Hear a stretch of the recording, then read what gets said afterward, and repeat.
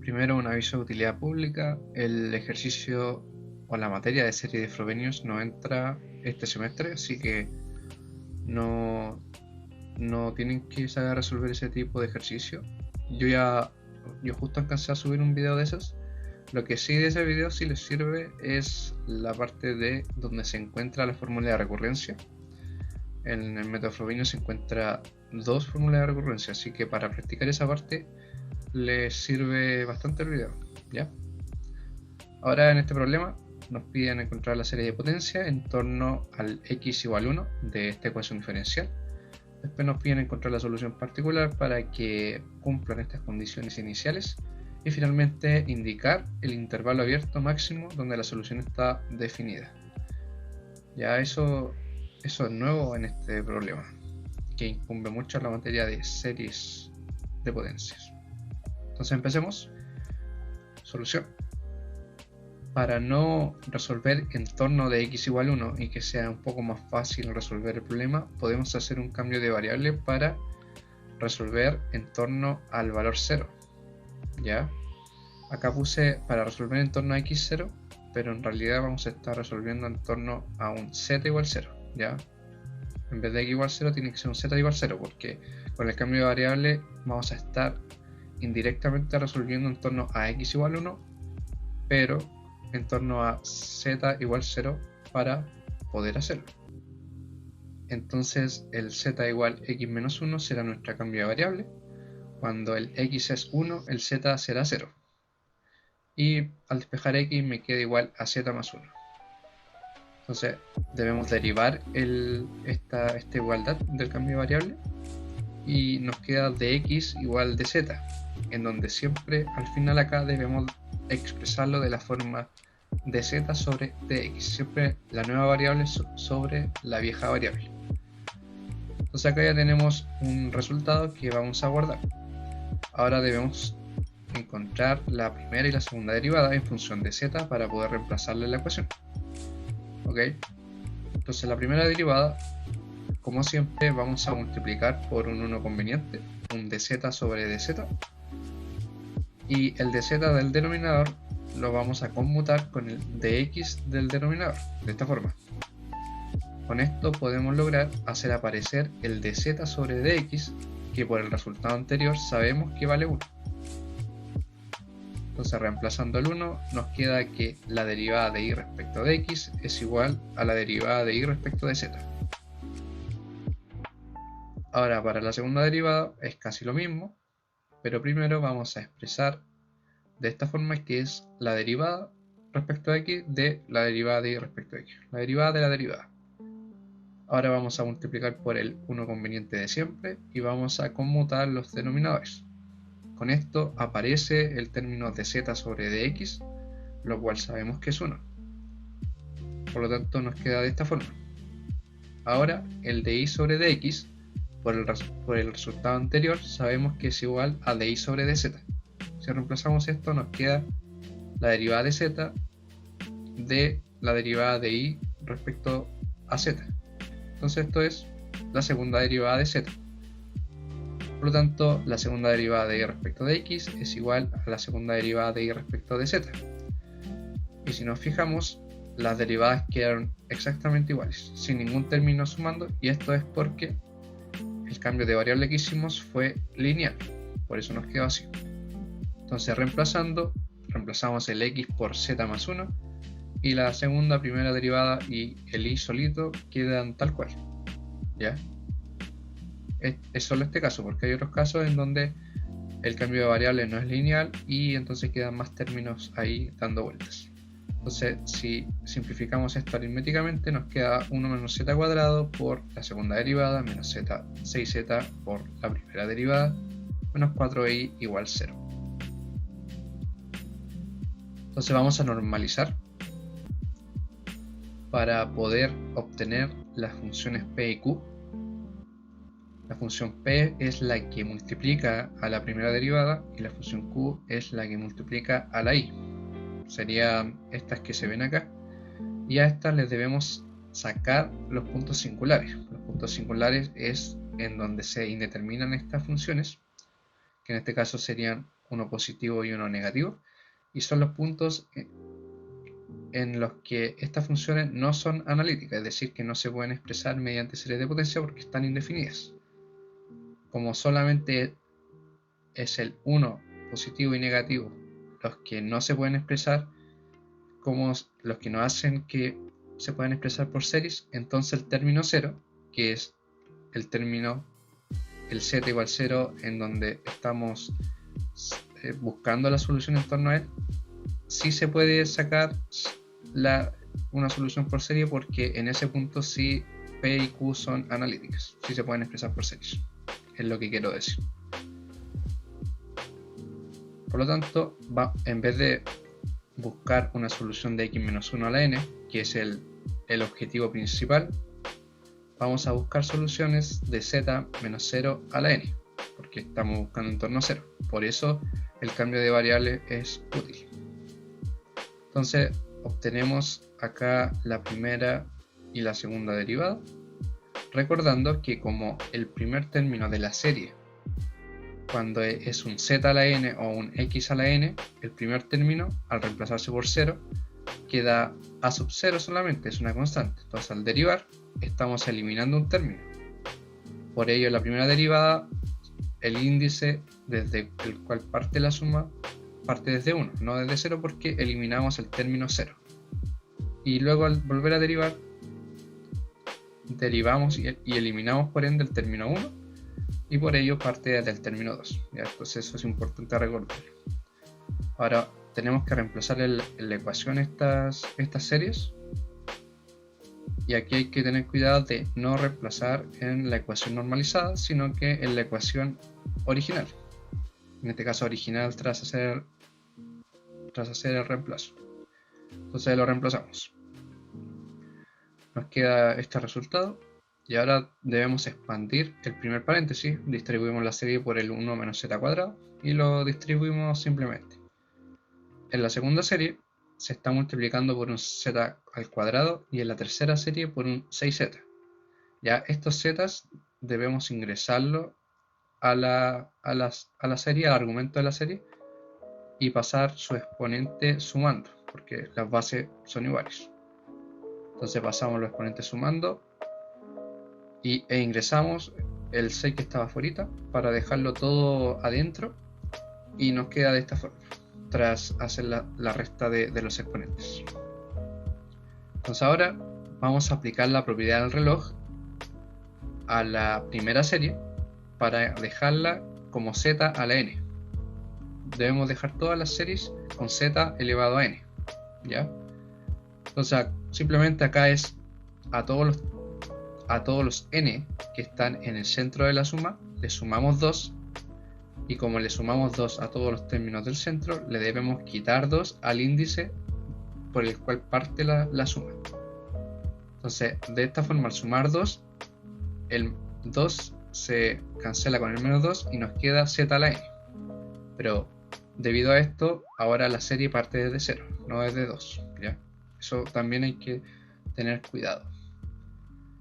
Ahora, todas las series deben partir desde el mismo n. Hay gente que lleva todas las series a n igual 0, pero a mí me gusta llevar todas las series al índice más alto. En este caso el índice más alto es n igual 2, así que voy a llevar todas las series a n igual 2. Para ello, la primera serie, como parte desde 0, para hacerla partir desde 2, yo le debo sacar el término 0 y el término 1 de la suma, de esta forma. Entonces la serie partiendo desde n igual 2 más afuerita el primer término con n igual 0 más el segundo término con n igual 1 es igual a la serie completa partiendo desde 0, ¿ya? Eso tienen que tener cuidado con escribir esta parte, no tienen que escribirle menos, tienen que escribirle más el término 0 y más el término 1, menos la segunda serie, que queda igual porque ya está partiendo desde 2, menos la tercera serie, que hacemos que parta desde 2. Entonces al hacerla partir de 2, debemos sumarla afuera el término 1, el término con n igual 1, para que todo eso sea igual a la serie partiendo desde n igual 1, ¿ok? Y finalmente la última serie, que antes partía desde 0, ahora la dejamos partiendo desde 2 y le sumamos el término 0 y el término 1 para que la igualdad se cumple. ¿Ya?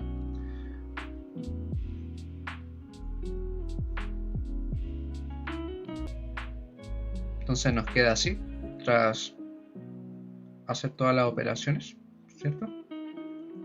Entonces ahora continuamos, vamos a quitar los paréntesis, hay un menos en la tercera serie que cambia los signos del paréntesis y del último paréntesis también.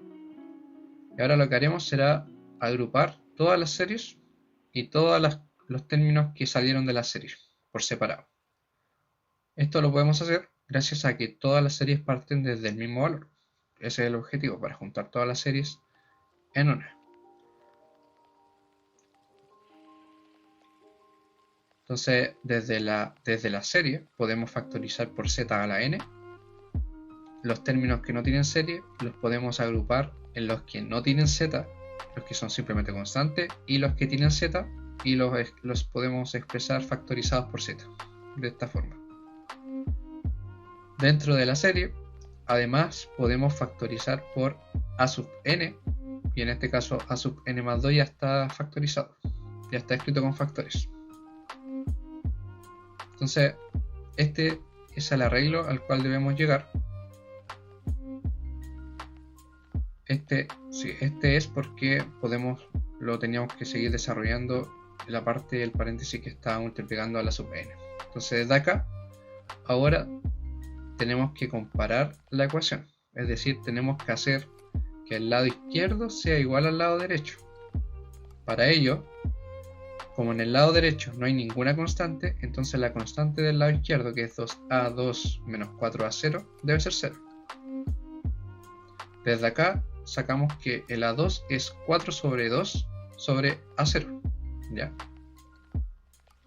Luego, en el lado derecho de la ecuación no hay ningún término con z, entonces en el lado izquierdo debemos hacer que el término con z sea 0. Ahora, la z no puede ser 0, porque si la z es 0, la serie va a dar 0 y no tendría sentido buscar una solución trivial con todo este procedimiento. Entonces la constante a6 por a sub 3 menos 10 a1 debe ser 0. Y de acá sacamos que a3 es 10 sextos de a1, ¿ya? En general, cuando vayamos sacando las relaciones entre los términos, no aconsejo simplificar al tiro, porque a veces por ejemplo, el 4 y el 2 completos y el 10 y el 6 completos sin simplificar ayudan después a encontrar la fórmula de recurrencia al juntarlos con los otros términos cuando vayamos reemplazando. Entonces yo me esperaría simplificar hasta después de ir viendo cómo va la recurrencia. Y finalmente, en el lado derecho de la ecuación no hay ninguna serie, entonces la serie del lado izquierdo de la ecuación debe ser 0. Y como dijimos, el z no puede ser 0, sino sería una serie de puros elementos 0, exceptuando el primer en este caso serían todos los elementos 0. Sí, el primer término sería 1, porque sería el n0, entonces queda 1. Entonces la constante debe ser 0. Y de acá sacamos la relación principal, que es que el a sub n más 2 es igual a esta fracción por a sub n. Ya siempre tenemos que expresar el término de mayor posición, es decir, n más 2, en función del otro término de menor posición, que sería acá el a sub n. Y esta formulita la podemos simplificar y nos queda de esta forma, y nos serviría para todos los n mayores o iguales a 2, porque la sumatoria desde la cual la sacamos parte desde 2. Y además tenemos n más 2 ahí, y el a sub 1 lo tenemos como base, el a sub 0 también, y tenemos el término de a2 y a3. Entonces, al partir con n igual 2, obtendríamos a sub 4. Entonces acá tenemos las tres relaciones que obtuvimos. Vamos a dejar el a sub 0 y el a sub 1 como constantes bases, y todas las demás las vamos a dejar en función de ellas. Ahora vamos a buscar la fórmula de recurrencia, ¿ok? Para n igual 0 tenemos el a sub 0. Para n igual 1 tenemos el a sub 1. No tiene ninguna relación porque son las constantes que vamos a utilizar de base. Ahora, después de la 1 viene el a2. El a2 no responde a ningún n, ¿ok? Porque con n igual 2 parte la 4. El a2 es 4 sobre 2 a 0. Y vamos a anotar al tiro la simplificación, que es 2 a sub 0. Y vamos a tener a la vista ambas opciones para ir viendo cuál de las dos nos sirve después. ¿Ya? Eso es lo que les recomiendo. En este caso no es una recurrencia complicada, pero hay otras que son más difíciles de ver. Ahora, del mismo modo, a3 es 10 sexto a 1 y también podemos tener la opción que sea 5 tercios a 1. Ahora sigue la 4 y seguimos con el n igual 2 para que nos dé a4, ¿cierto? Y reemplazamos en la formulita el n por 2 y nos da esto, lo que finalmente es a4 sobre 6 cuartos de a2. ¿Ok? Ahora el a2 lo podemos, en este caso podemos utilizar el 4 sobre 2 para poder simplificar los 4 más rápido. ¿Se fijan cómo no usé el término simplificado? Y al simplificar los 4 me queda que a4 es igual a 3 a sub 0. Entonces acá inmediatamente sé que como me dio 3 a sub 0 y el a2 lo puedo expresar como 2 a sub 0, desde ahora voy a empezar a utilizar los términos enteros, que sería 2 y 3, y voy a dejar de lado lo que era el 4 medio, ¿ok? Porque lo más probable es que el próximo número par me dé 4 a 0. De esa forma vamos viendo cómo vamos sacando la recurrencia. Entonces ahora con n igual 3, reemplazo el n por 3, me da a5 igual 7 quintos de a3. Entonces el a3 o puede ser 10 sextos o puede ser 5 tercios de a1. ¿Con cuál me quedo? Obviamente con el 5 tercios para poder simplificar los 5. Y finalmente da que a5 es 7 tercios de a1. Si nos fijamos, el a sub 3 es igual a 5 tercios de a sub 1 y el a sub 5 es 7 tercios de a sub 1. Entonces el numerador va avanzando desde 5 a 7. Entonces eso ya es una idea de cómo se va a ir comportando los números impares de índice impar. Ahora con n igual 4 reemplazamos el 4 y nos da que a sub 6 es igual a 8 sextos de a sub 4. Reemplazamos el a sub 4, ¿cierto? Que era 3 a sub 0, y al simplificar nos da que es 4 a sub 0. ¿Ya? Acá ya podemos saber cómo se comportan los términos de índice par, porque va desde la 2, que era 2 a 0, después 3 a 0, 4 a 0, y así sucesivamente. ¿Ya? Entonces acá ya pueden concluir cuál es el término general para los pares. Pero saquemos un impar más, que es para comprobar que va aumentando en 2 el numerador. Reemplacemos por n igual 5 y me da que a sub 7 es igual a 9 séptimos de a sub 5. Si reemplazo el a sub 5, puedo simplificar los 7 y me da 9 tercios de a1. Entonces acá ni se les ocurra simplificar el 9 con el 3, porque arruinarían toda la recurrencia de los números impares. Si se fijan, el a3 es 5 tercios, el a5 es 7 tercios y el a7 es 9 tercios. Si lo simplifican van a arruinar toda la secuencia. Entonces ya estamos en condiciones de concluir, de sacar la formulita, porque ya sabemos cómo se comportan los pares y los impares. Entonces para los términos impares tenemos estos resultados. El primer par es a2, que es 2 a sub 0. El segundo impar es a4 y el tercer impar es a sub 6, ¿cierto? Entonces ahora tenemos que ver una fórmula que describa a los números impares, partiendo desde el primer impar. Entonces ya no vamos a utilizar la variable n, vamos a utilizar cualquier otra variable. En este caso voy a utilizar la variable k para describir al término késimo, ¿ok? Si el k igual 1, que es el primer término, es a sub 2, y el K2 es A sub 4 y el K3 es A sub 6, entonces el término késimo va a ser 2K, porque en realidad es fácil porque estoy describiendo los números pares. Y esto ¿a qué va a ser igual? Va a ser igual a K más 1 por A sub 0. ¿Por qué K más 1? Porque el término que multiplica la sub 0, el primero es el 2, después el 3, después el 4. ¿Ya? Es una sucesión, es una progresión aritmética con diferencia 1 y de primer término 2. Entonces esto lo puedo hacer rápido, mental, y puedo aplicar la formulita de la progresión aritmética, que es el primer término más K-1 o N-1 típicamente por la diferencia, lo que da K más 1. ¿Ya? O bien pueden sacar esto que es K más 1 por simplemente intuición. ¿Ya? Entonces ya tenemos la fórmula de recurrencia para los números pares de la solución de la serie. Y esto va a servir para K mayores o iguales a 1, porque partimos contando desde el primer par, que es A2. ¿Ya? En estricto rigor es A0, pero el A0 lo utilizamos como base y esta recurrencia no lo representa al A0. Ahora, los términos impares, tenemos el A3, el A5 y el A7. Tenemos que encontrar el término késimo. ¿Qué índice, qué formulita va a representar a cada uno de estos elementos, donde el K1 es A3 y el K3 es A7? El A sub 2K más 1. 2K más 1 típicamente es el que describe la posición de los números impares con el K, y a multiplicarse por 2 y sumarle 1 te da el resultado. ¿Ya? Para K igual 2 te da el 5. Y esto va a ser igual a 2K más 3 sobre 3, a 1. El denominador 3 no varía nunca, entonces eso no lleva a ninguna fórmula. Pero el numerador es 5, 7, 9, etc. Es una sucesión, es una progresión aritmética con primer término 5 y diferencia de 2.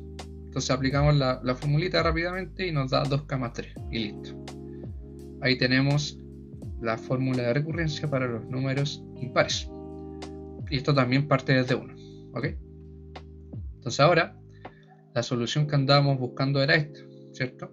Si expandimos los términos, tenemos A sub 0, A1z, A2z cuadrado, etc. Infinitos términos. Ahora vamos a agrupar todos los términos pares y los términos impares. De esta forma. Primer paréntesis son los pares, que incluye al 0 obviamente, porque el 0 lo puedes expresar como 2 por 0, es par. Y en el otro paréntesis todos los términos impares. ¿Ya? Recordemos que estamos expresando todo en función de A0 y de A1. Ahora, desde el término A2 en adelante, el A2, el A4, el A6, el A8 en adelante, yo lo puedo expresar como una suma de infinitos términos, pero una suma de puros elementos pares. Es decir, todo este conjunto infinito de elementos lo puedo expresar mediante esta serie, que va a partir de 1, porque la fórmula funciona desde 1, y en donde el z que lo acompaña va a estar elevado al 2k, porque estoy agrupando los términos de exponente y de índice pares. ¿Ok? Tiene que calzar. No puedo poner z elevado a k. Entonces de esa forma ya pude describir el primer paréntesis. El segundo paréntesis es lo mismo, misma teoría. El conjunto de acá de los términos con índice impar lo represento con la fórmula de recurrencia que encontré arriba y con el z elevado a 2k más 1 para que represente bien el término que da cada posición de k. Entonces acá tengo esta solución. Ahora lo último que falta, en el primer paréntesis vamos a factorizar por a sub 0 y en el segundo por a sub 1. Y en este punto, si se fijan, ya tenemos la solución lista prácticamente, porque tenemos la fórmula la solución general típica, que es una constante por la primera solución particular, más otra constante por la segunda solución particular. Solo dos soluciones particulares porque es una ecuación de segundo orden. Ahora esto se puede seguir simplificando. Podemos resumir los paréntesis haciendo que las sumatorias partan desde 0. ¿Ya? Creo que en el segundo ejercicio de las series que subí no no lo expresaba de esta forma, simplemente terminaba el ejercicio con la suma partiendo desde 1 solamente. ¿Ya? Pero se puede expresar así y vamos ahora a volver a la variable original. Z es igual a x menos 1, reemplazamos el z y nos queda así. Lo cual es la solución con el a sub 0 y el a sub 1 perteneciente a los reales. ¿Ya? Esto ya es la solución general. Ahora vamos a hallar la solución particular con las condiciones iniciales que nos daba el enunciado. Para hacer esto, tal cual hicimos en uno de los ejercicios que también pedían hacer esto, no recuerdo si era el primero o el segundo que le subí, vamos a separar esta suma en las dos soluciones particulares. Sabemos que i es igual a sub 0 por i1 más a sub 1 por i2. Entonces la derivada va a ser a0 por la derivada de i1 y a1 por la derivada de i2, ¿cierto? Porque al derivar las constantes las podemos dejar afuera, multiplicando. Entonces, i1 sabemos que es el que multiplica a la sub 0. Si derivamos i1, al derivar la serie, bajamos el exponente del término de x menos 1 y le quitamos 1.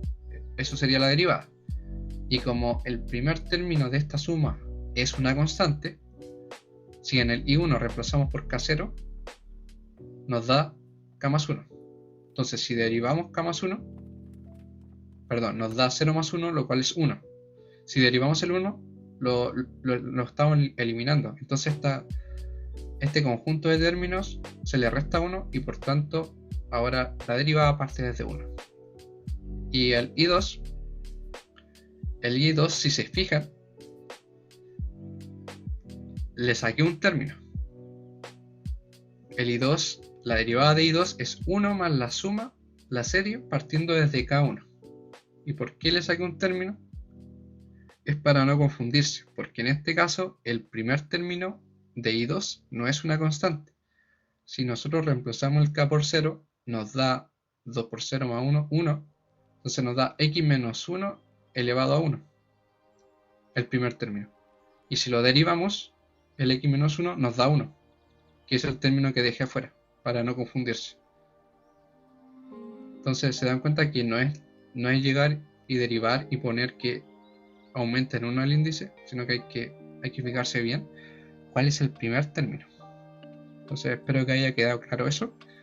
Y bueno, y también se podría haber expresado la segunda derivada de i2 como la serie partiendo desde 0, porque ahí el 1 lo estaría considerando dentro de los términos. Pero lo dejé así para no confundirse. Entonces, en este caso vamos a evaluar primero el i con el 1 para que sea igual a 0. Ya en el otro ejercicio que habíamos hecho con valores iniciales, primero partíamos por la derivada. En este caso vamos a partir por esta condición inicial, ya van a ver por qué. Entonces, como el i es igual a sub 0 por i1 más a sub 1 por i2, al evaluar en 1 debemos encontrar el i1 evaluado en 1 y el i2 evaluado en 1. Entonces el i1, si lo evaluamos en 1, me va a dar 1. ¿Por qué da 1? Es porque, como dijimos antes, el primer término del i1 es una constante, que es precisamente el 1 que da.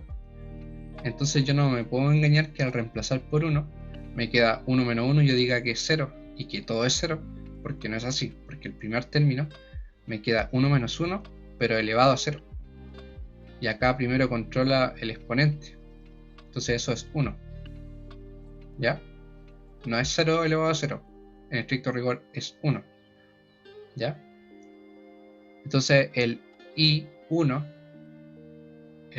me faltó el índice i1, el i1 es igual a 1. Y el i2, en este caso el i2 cuando lo evalúo en 1, efectivamente es 0, porque el primer término no es una constante, ¿ya? Entonces cuando evalúo i2 en 1, todos los términos se hacen 0. Por lo tanto, el i1 total me va a dar a sub 0, porque como el I2 evaluado en 1 es 0, me queda A sub 0 por I1 evaluado en 1. Lo que es A sub 0 por 1 finalmente es A sub 0. Y la condición que estoy evaluando me dice que cuando evalúo la solución en 1 me debe dar 0. Por tanto, el A sub 0 debe ser 0 para que el I evaluado en 1 sea 0. Por tanto, ya encontré la constante A sub 0. Por eso partí de esta, porque si partía de la derivada, no iba a llegar a ninguna conclusión de este tipo, ¿ya? Como sí se hizo en el ejercicio anterior, en el ejercicio 2 o 1, en donde se partía evaluando la derivada porque mediante ese primer paso se podía llegar a una conclusión de este tipo. En este caso no. Si quieren ustedes pueden probarlo. Entonces como A sub 0 es 1, entonces la solución ahora solo depende de A sub 1 por I2. Nos queda así, ya eliminamos todo lo que está multiplicado por A sub 0. ¿Ya? Y ahora vamos a ocupar la otra condición, que es la de la derivada. Y vamos a evaluar directamente la derivada de I, que en este caso sería A1 por la derivada de I2. La vamos a evaluar en 1. Y acá es porque escribí el 1 separado en la derivada de I2. Es para que no se confunda y no piensen que todo da 0, porque el primer término es 1. ¿Ya? No todo da 0. Entonces nos da esto. Y finalmente la derivada, la derivada de la solución evaluada en 1 me da A sub 1. Y como la condición me dice que esto debe ser 1, por lo tanto A sub 1 es 1. Y de esa forma tenemos la solución particular. Por último, el ejercicio nos pide obtener de la solución particular el intervalo en donde está definida esta solución. Para ver eso, tenemos que aplicar algún criterio de convergencia que nos convenga. En este caso vamos a aplicar el criterio de la razón, ¿cierto? Y que nos dice que debemos sacar el límite del índice de la serie cuando tiende al infinito, en este caso k tendiendo al infinito, del valor absoluto de el argumento de la serie evaluado en k más 1 sobre el argumento tal como está, evaluado en k solamente. Entonces esto es evaluar, es la razón entre el término total késimo más 1 y el término késimo. Por eso el criterio de la razón. Y como está entre valor absoluto, lo que vamos a estar sacando es la convergencia absoluta, ¿ya? No simplemente la convergencia. Esto es materia de cálculo 2. Entonces, reemplazamos. El término de arriba es agarrar el término de la suma y evaluarlo en k más 1. Y el de abajo, el término del denominador, es poner el término de la suma tal cual como está. Y aquí hay que hacer esta división. Ya el término 2 por k más 1 más 3 me queda 2k más 5 y el 2k más 3 me queda igual. Los 3 que están en los denominadores se cancelan y el x menos 1 del numerador con el denominador tienen la misma base, por lo tanto sus exponentes los arreglamos. El de arriba queda 2k más 3 y el de abajo 2k más 1 para poder restarlos, lo que resulta en x menos 1 elevado a 2. ¿Ya? Ahora, como el término 2k más 5 sobre 2k más 3 son positivos, los podemos sacar del valor absoluto, porque el k parte desde 0 y va hacia el infinito, o sea, son positivos, ¿ya? Nunca puede dar negativo. Entonces lo sacamos y queda el x menos 1 al cuadrado en el valor absoluto. En este caso el x menos 1 al cuadrado también sabemos que es positivo, pero por ahora, para terminar el criterio, lo vamos a mantener.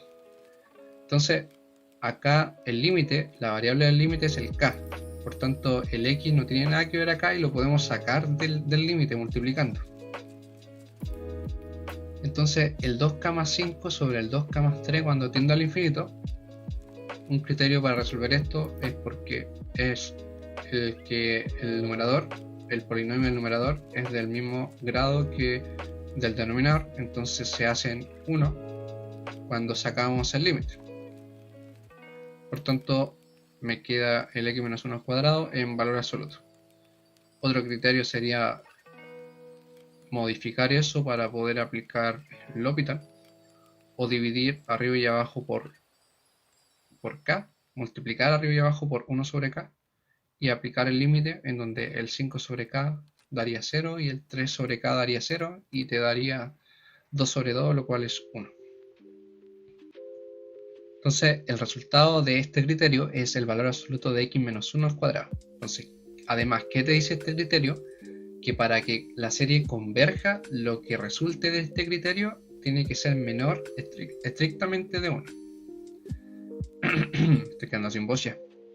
Entonces, para que sea convergente la serie, es decir, que para que todas las sumas, cuando tiende al infinito el número de términos, te dé un valor definido, que no te dé infinito, para que pase eso, el resultado de este criterio debe ser menor a 1. Entonces, en estricto rigor, si aplicamos la propiedad de inecuaciones, sería que el x menos 1 al cuadrado está entre menos 1 y 1. Pero como sabemos que el x menos 1 al cuadrado siempre es positivo, entonces simplemente va a estar esto entre 0 y 1. Ahora vamos a desarrollar esto, el x menos 1 al cuadrado, x cuadrado menos 2x más 1. Los 1 se restan, me queda x cuadrado menos 2x menor a 0.